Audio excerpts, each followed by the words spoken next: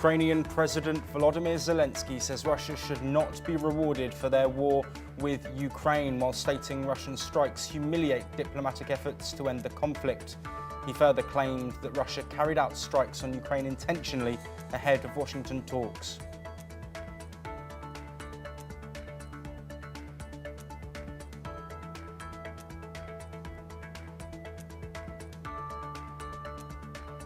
Of course, these talks being held after the Alaska summit, and according to exclusive reports by local US media, Vice President J.D. Vance will attend the Trump-Zelensky meeting scheduled for later today.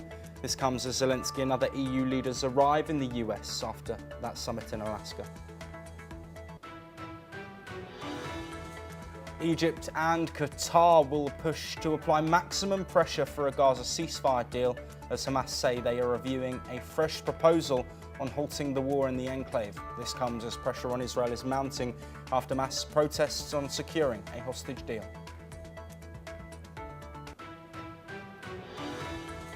President Trump says that he will be signing an executive order on 2026 midterm elections, while he says he will lead a movement to get rid of mail-in ballots used in US polls.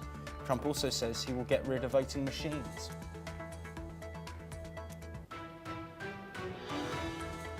China has spoken publicly about growing international relations as Foreign Minister Wang gets his Indian state visit underway in New Delhi.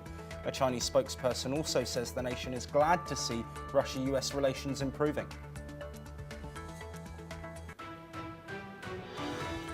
US Envoy Tom Barrack has met with Lebanese President Joseph Aoun, with the US-American official saying it is time for Israel to comply with a Lebanese plan to disarm militant groups. A fragile ceasefire was agreed between Hezbollah and Israel last November, though strikes have taken place since then.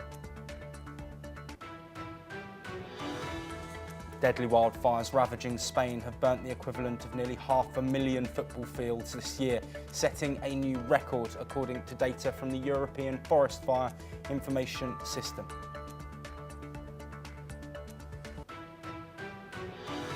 And Air Canada cancels more flights as a strike by flight attendants shuts down operations and strands passengers worldwide. The airline says it will resume limited flights tomorrow evening after a union decision to extend the walkout.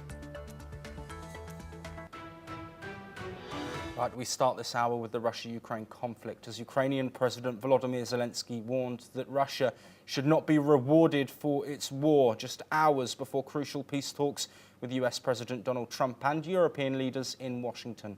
Zelensky accused Moscow of launching demonstrative killings to pressure Ukraine and Europe and to humiliate diplomatic efforts. He said at least 10 people were killed in the latest strikes, including a toddler in Kharkiv. The warning comes as Western leaders try to shore up Kyiv's position amid Trump's push for a rapid peace deal between Russia and Ukraine. Well, joining us to discuss these developments, Stephen Nagy, professor at the International Christian University, who joins us live from Budapest. Professor Nagy, thank you ever so much for your time. Let's look at Zelensky's statement saying that these are demonstrative killings. Do you agree with that sentiment?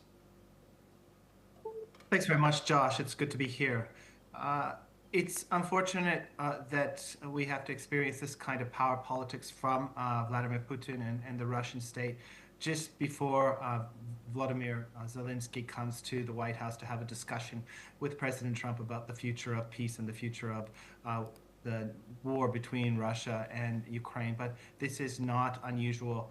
Russia does engage in international affairs through a Machiavellian might is right approach to international affairs, where it fundamentally understands power as, you know, the most important factor in pursuing peace or domination.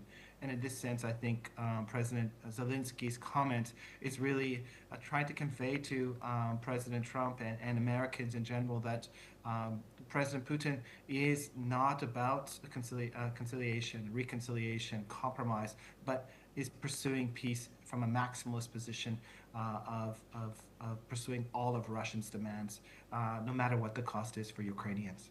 Yes, and Zelensky's also said that Russia should not be rewarded for the ongoing war. Do you think that Donald Trump is rewarding Vladimir Putin in this situation with talk about land concessions, something Ukraine has categorically said it does not want to agree to? Well, I think the answer to your question really revolves around, what are the interests of the United States and Russia? And unfortunately, and I really, it pains me to say this, for Russia, it really doesn't care what the future of Ukraine is as long as it's in a subordinate position towards Russia.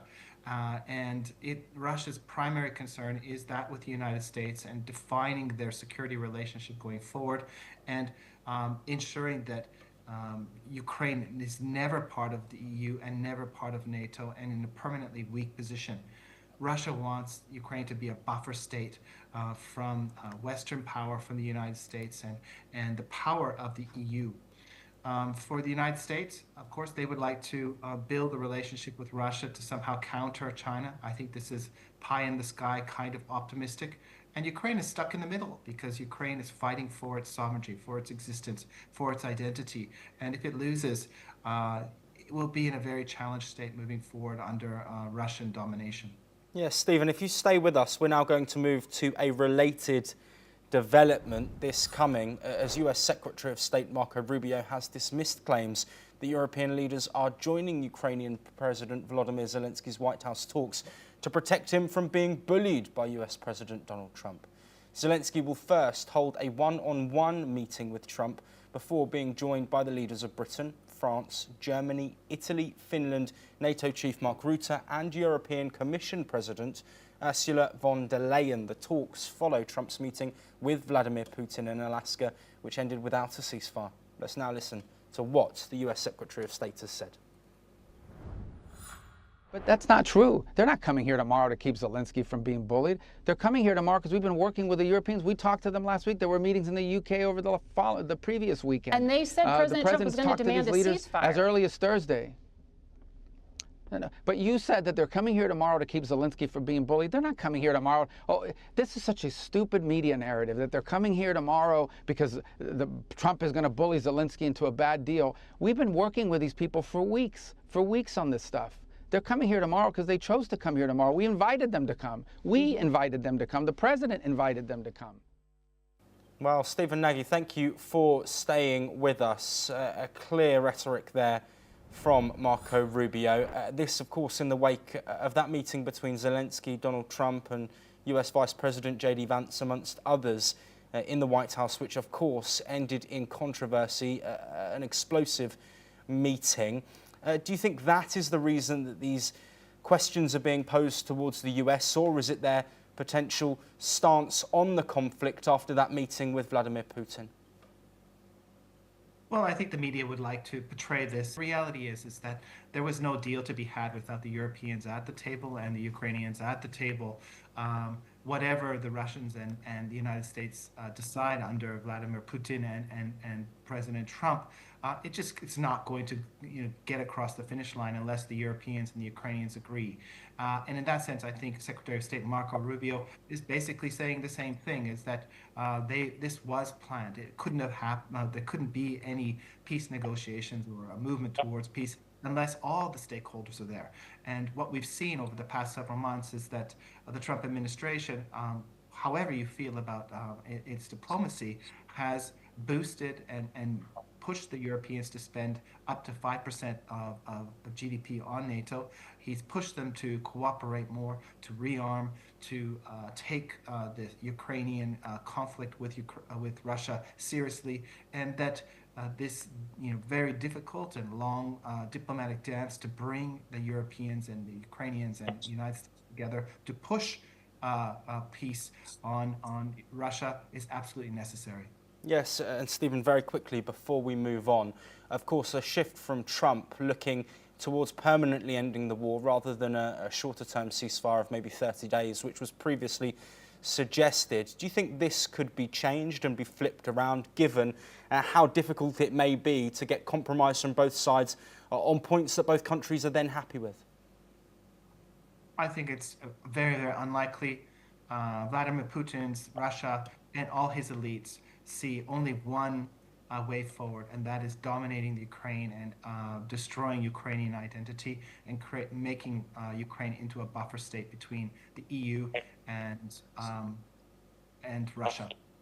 Yes, Stephen, we have the pleasure of staying on with you once again as we move away from the Russia-Ukraine conflict and diplomatic talks. As External Affairs Minister S. Jaishankar has met his Chinese counterpart Wang Yi in New Delhi today. During the talks, Jaishankar stressed that differences between India and China must not be allowed to turn into disputes. He also highlighted the importance of combating terrorism in all forms and expressed hope that the discussions would help build a stable, cooperative and forward-looking relationship between the two neighbours.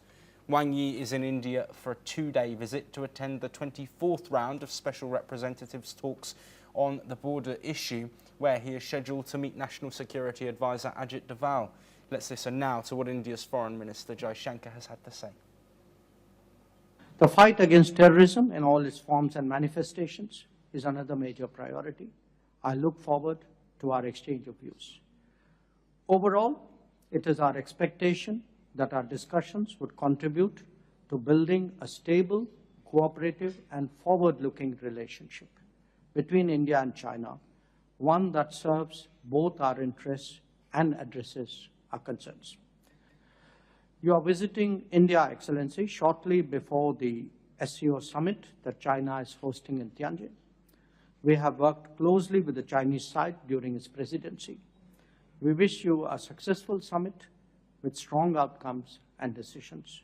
Once again, a warm welcome to India, and I look forward to hearing your opening remarks. Thank you. Well, Stephen, thank you for staying with us. We have discussed already today on NewsX the significance of these relationships amidst strained tensions relating to border disputes.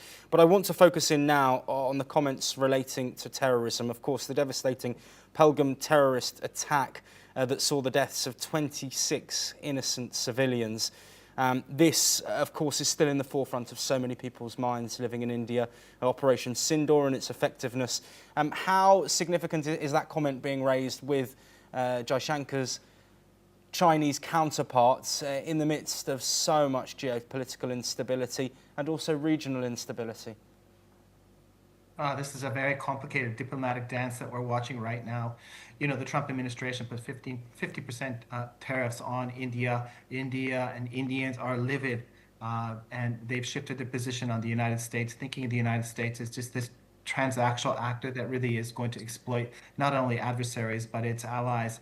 And this diplomatic dance between Beijing and New Delhi really is sending the strongest of messages to Trump's Washington that they've pushed India beyond the limits, and they want to say that they can cooperate with China on core issues such as terrorism, which India has experienced firsthand in the recent attacks by Pakistan terrorists on Indian soil.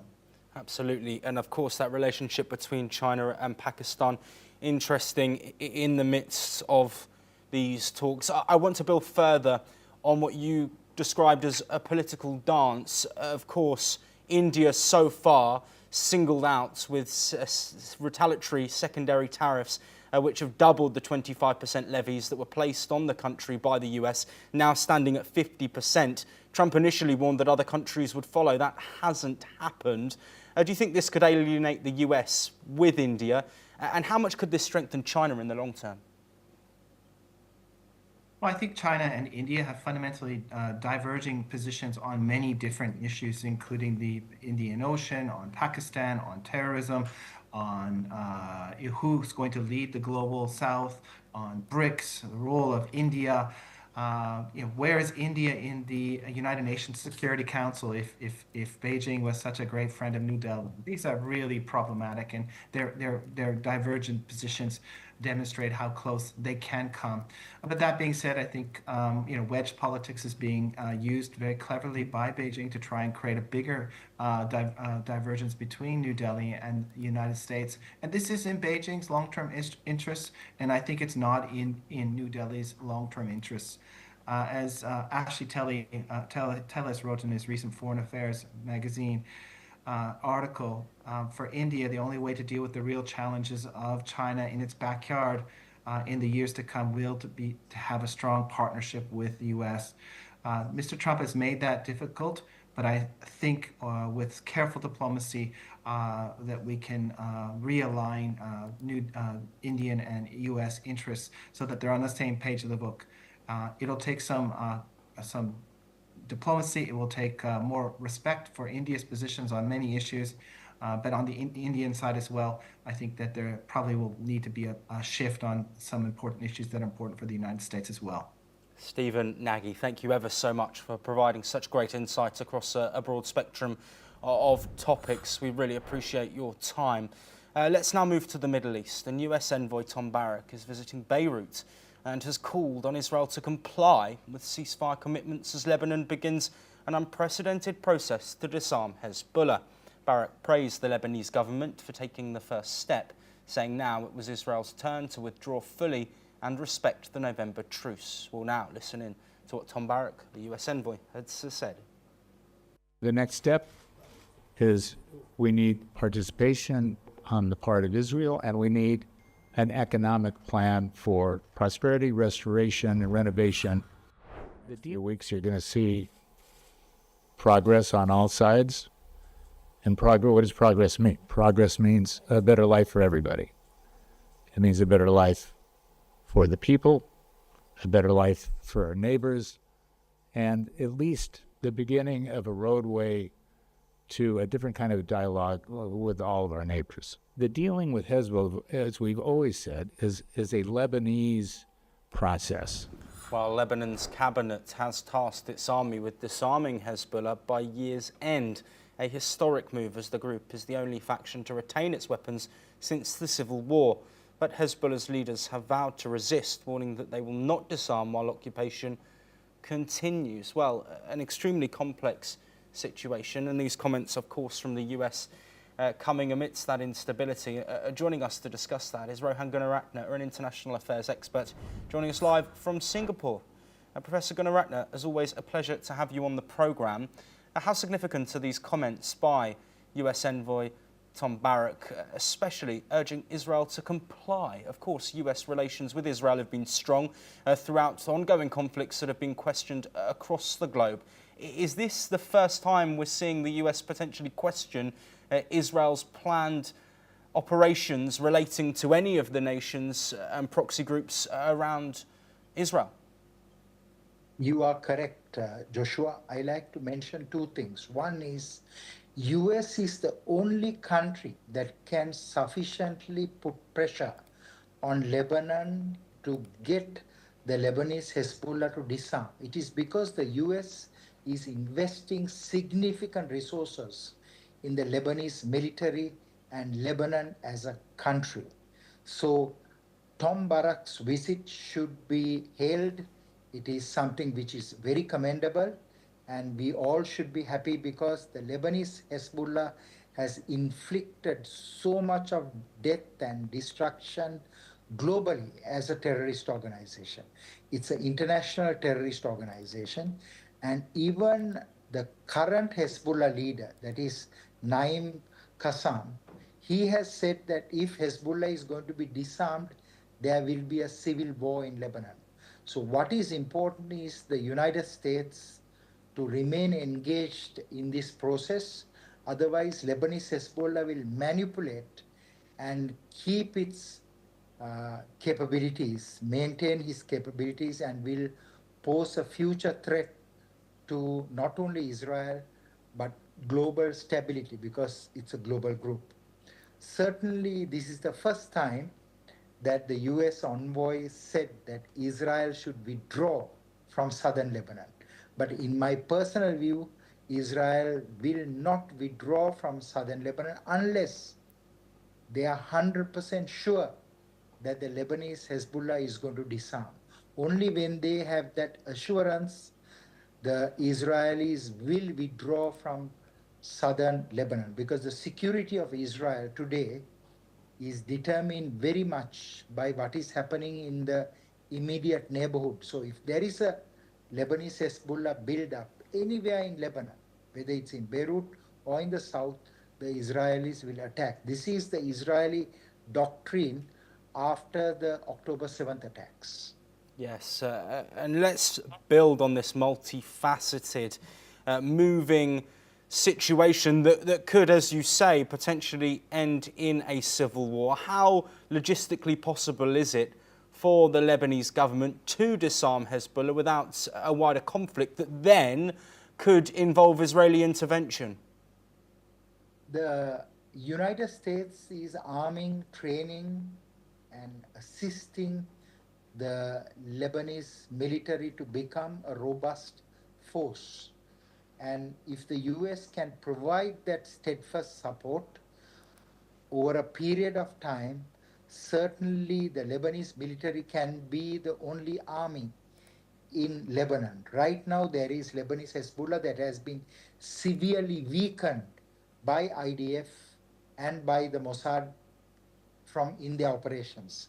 But what is important is not only for the United States, but for the European countries and other governments to strengthen the Lebanese military and ensure that Hezbollah is totally dismantled and that Hezbollah leaders are kept under very careful watch. And if that can be done, Lebanon will emerge as a very prosperous nation as it was before. Yes, and finally, as we bring an end to our discussion, Rohan, where do you see this going? In your opinion, does this lead to diffusion or further conflict? Certainly, Joshua, this is a right move. It's a positive direction. It will reduce the threat of global terrorism because Lebanese Hezbollah attacked the US Marine barracks and the French paratrooper headquarters in '83.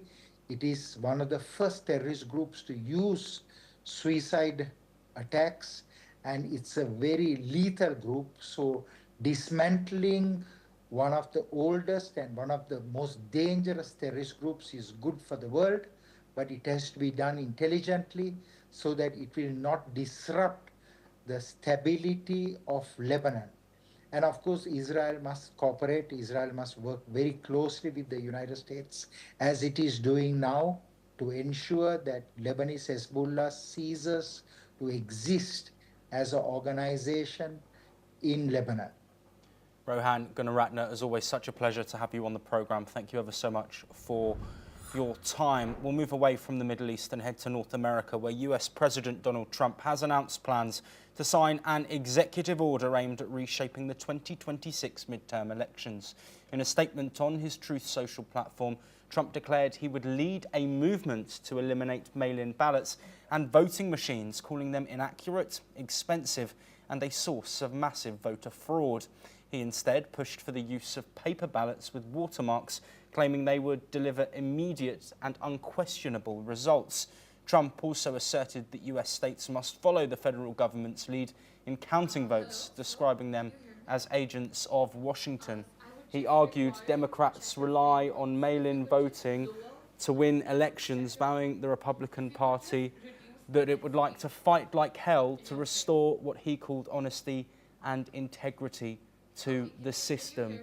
The president's comments are likely to fuel fresh controversy ahead of the 2026 midterms, with Democrats expected to strongly oppose his orders. Sorry for that background noise if you can hear it.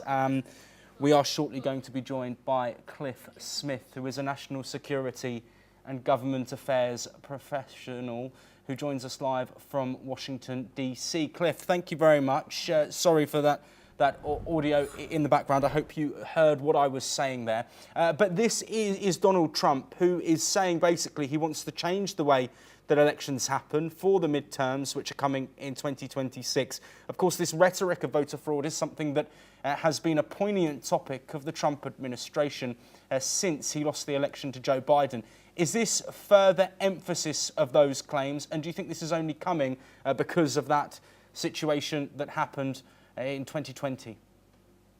No, I don't think so. Donald Trump has been saying these kinds of things basically his entire political career. I mean, he started out in the 2016 election saying the only way he would lose is if they cheated. Casting doubt on the election system with little to no reason is precisely what he's done basically his entire career. He does it more and more pointedly when he thinks he's going to lose. The midterms are unlikely to be good to him. It's a real matter of how bad. So he's looking to cast blame and maybe even try to find a way to monkey with the results. I'm not super worried about it. I think that ironically, the states he can probably make the most difference in terms of leading, a movement, as he put it, to change the rules, are states that he's already won or going to do well in anyway, and his party is. So ironically, it's going to be states that have Republican state legislators and Republican governors. So the ones where he's most likely to have influence, the one where he least likely needs it or least likely is able to really change things.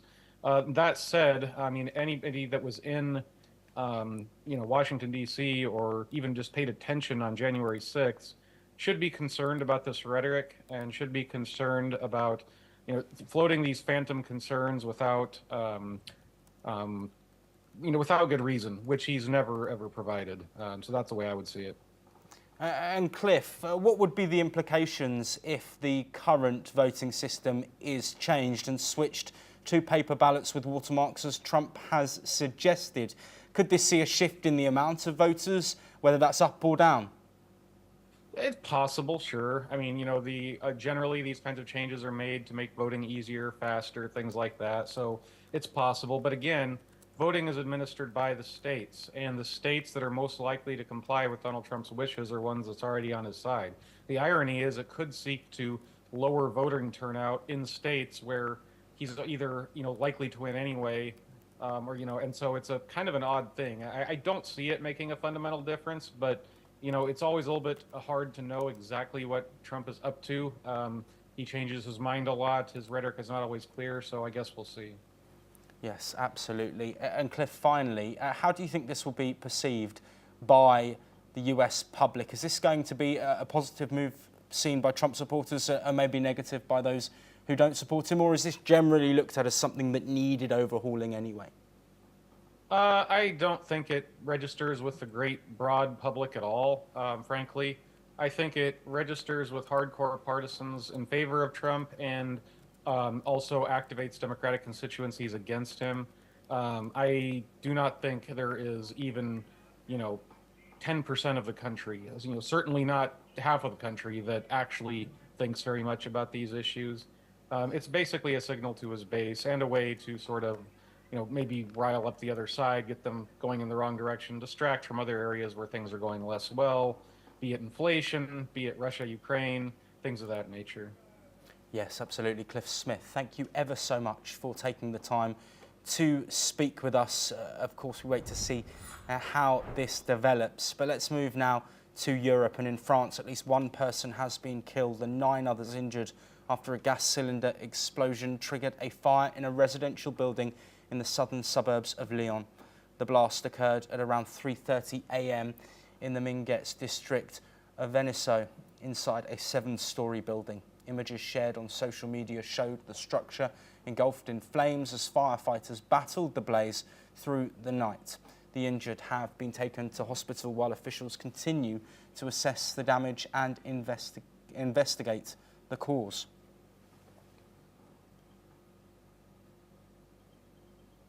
Well, that is all that we have time for, but we will be back shortly with more.